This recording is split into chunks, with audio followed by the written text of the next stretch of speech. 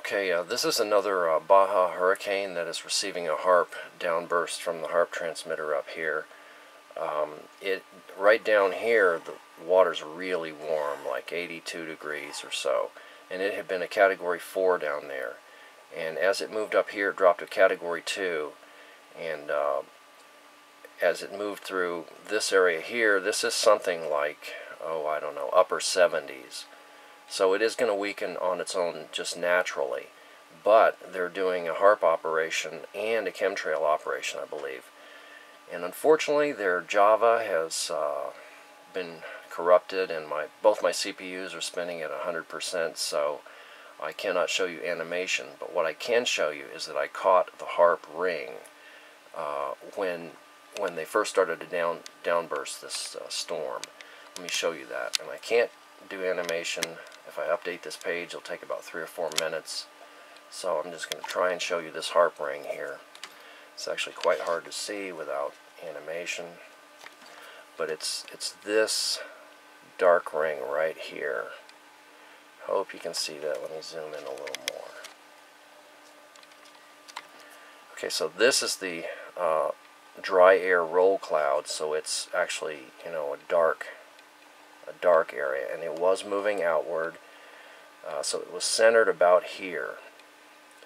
And the interesting thing was that when this roll cloud hit this band of thunderstorms here, it actually triggered a brand new baby hurricane right down here.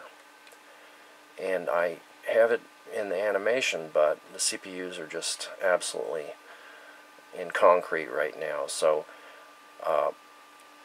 they did the HAARP, you know, this thing was like about this position here. They do the HAARP downburst, and the outflow, the twisting of that roll cloud produced a mini baby hurricane down here, and it's visible in visible satellite mode. You could see it crystal clear. And also on the northeastern side of the hurricane, I think these spokes here are chemtrails. And if they're low-level chemtrails, that creates rising air and also a vacuum effect here. Okay, so this air will be pulled here and rise up into the core of the hurricane.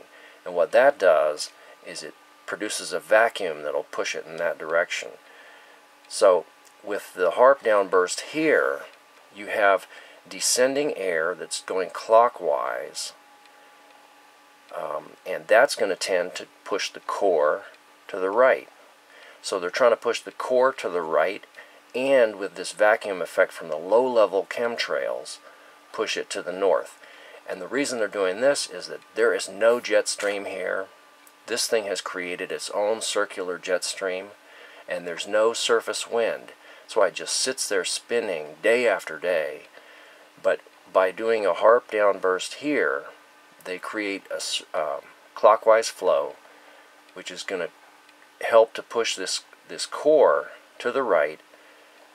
And then these spokes, which if I could update this screen, you could see these a lot better. This vacuum effect is going to draw it to the north. So why are they doing that? It's one of two things. Either they're trying to pull it into the range of the HAARP transmitter a little bit better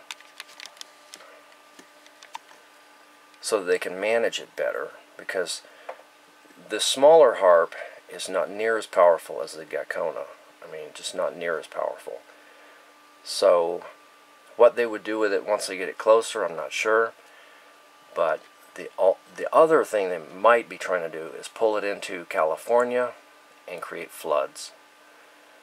Because now that ground is so parched and dry, if you get a heavy low pressure like this come across Southern California, you're going to have massive flooding and disaster. So the drought and then flooding is a 1-2 punch. If I had the animations working, I could show you that after they do the HAARP downburst, this gets all disorganized. And these clouds stop spinning. I mean, if this was animated, you could see this thing just going counterclockwise. real strong rotation. And the day before, you know, this thing was just slightly down here. Real compact, crystal clear, circular eye. But, you know, it's moving over slightly cooler water, so it's weakening. But then they do the HAARP downburst, and all this area here got disorganized, and the rotation stopped in this area. It didn't quite go clockwise like a high pressure will, which the HAARP downburst is a man-made high pressure. But this part here became disorganized, and then of course they had the little baby hurricane crop up here. Just in a couple of hours after this HAARP roll cloud passed over it, this thing had just spun up. And then what did they do? They did an oval downburst down here several times to kill this thing before it could spin up and become a real strange weather anomaly that even the weathermen would point at and say, oh, well, that's odd. I wonder how that happens. That doesn't normally happen with hurricanes. Of course, these TV weathermen will never say a damn thing. So, without the animation, I can't show you any of this, except I can still show you this HAARP ring here. But my CPUs are stuck at 100%, so I'm lucky to even have this dang picture here. So, basically, I got to get some video editing software and, you know, take a little clip, because when I try to open like 60 windows and keep them open for a couple days, yeah, honestly, I don't know what's happening. But this is the HAARP roll cloud, and it did propagate outward, and then after that, this whole area became, it lost its rotation. So, it's clearly an effort to move the hurricane to the north and to the northeast. So, if they're trying to bring rain to Mexico and Arizona and Texas, I'd say, hey, that's great. But if they're trying to do a flood attack on California, well, then that's par for the course for these people. So anyway, I caught them again. I just can't show you the animations, so I apologize for that. We've got to fight these people. We've got to get these programs under public control, or at least under an impartial scientific body who's not trying to make money off the water rights and stuff. Okay, thanks for watching.